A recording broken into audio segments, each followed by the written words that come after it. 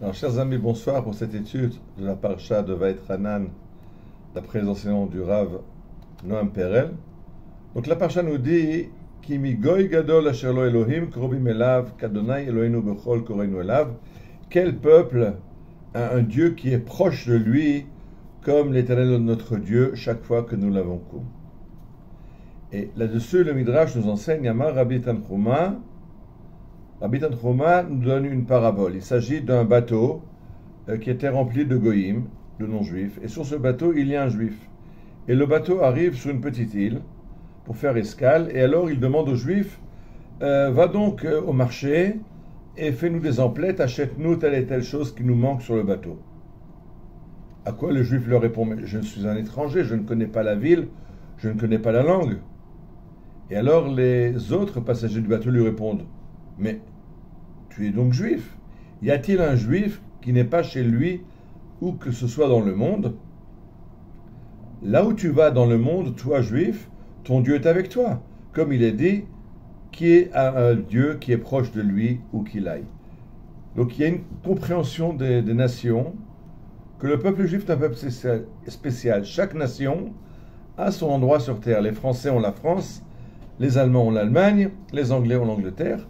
Un juif, là où il se trouve, il est chez lui. Pourquoi? Parce que là où il arrive, il rencontre son Dieu, et alors il a l'impression qu'il est à l'endroit où il devrait être, il est résident de l'endroit où il se trouve. Et ça, c'est le piège de la paracha. C'est pour ça que si on revient au début de la paracha, on lit la chose suivante. Moïse prie devant Dieu, et Brana ve'eret haaretz hatova. S'il te plaît, laisse-moi rentrer dans ce pays d'Israël, que je puisse le voir. Mais Dieu s'est fâché contre moi et n'a pas exaucé ma prière. Et Dieu m'a dit, cela suffit, n'ajoute rien de plus. Là-dessus, le Midrash nous explique que Moshe est allé chez Dieu et il a une argumentation très, très bien étayée. Il dit, Ribono shel olam, maître du monde, les ossements de Joseph ont été transportés, c'est lui qui les transporte d'Égypte. Il dit, les ossements de Joseph, je les transporte vers le pays d'Israël et ils vont rentrer en Eretz Israël. Et moi, je ne peux pas y rentrer. Moi qui transporte les ossements de Joseph, je dois rester en dehors.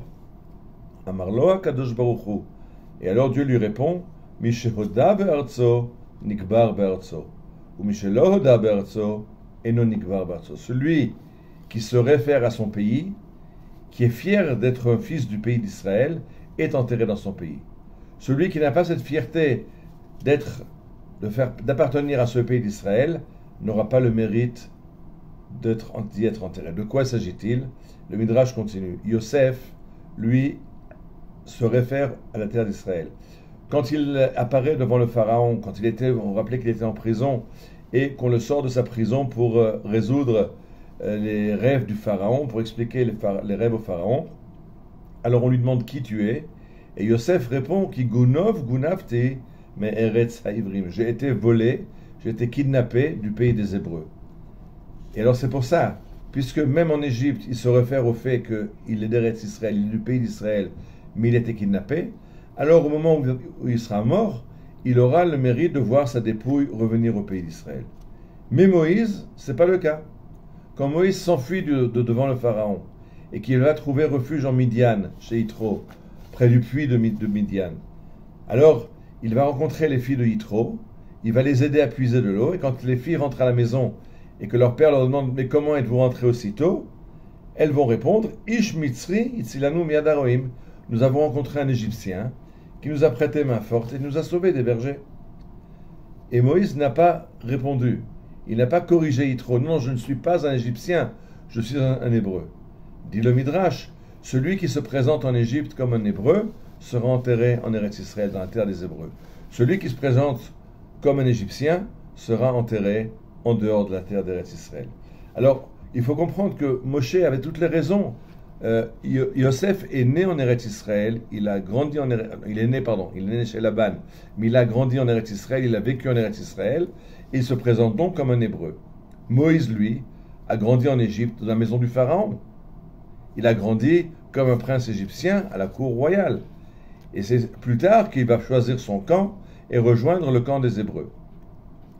Mais dit le Midrash, malgré cela, Moshe aurait dû comprendre qu'il n'est pas égyptien et que si on le traite d'égyptien, il doit rectifier et dire je ne suis pas un égyptien, je suis un hébreu.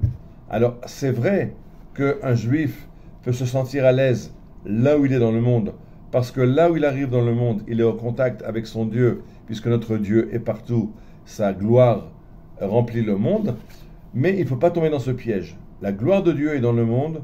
Un juif qui doit arriver dans un autre pays pour son travail, pour une mission pour le peuple d'Israël, peut se sentir plus à l'aise qu'un non-juif qui est déplacé de sa terre. Mais même quand il arrive dans ce pays où il va retrouver le Dieu d'Israël, il doit dire aux gens, attention, ne vous trompez pas, je ne suis pas d'ici, je suis un hébreu d'Eretz Israël.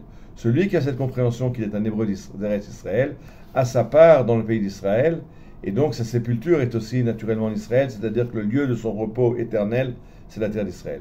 Quelqu'un qui tombe dans le piège de croire qu'il est français, qu'il est allemand, qu'il est anglais, que sa place est ailleurs qu'en Eretz Israël, quelqu'un qui laisse même le goy lui dire tu es français ou tu es allemand, et qui ne prend pas la peine de le rectifier, non, je suis un hébreu d'Eretz Israël, aujourd'hui de dire je suis un Israélien, quelqu'un qui ne donne pas cette réponse, alors il perd son mérite d'avoir le droit d'être enterré en Eretz Israël.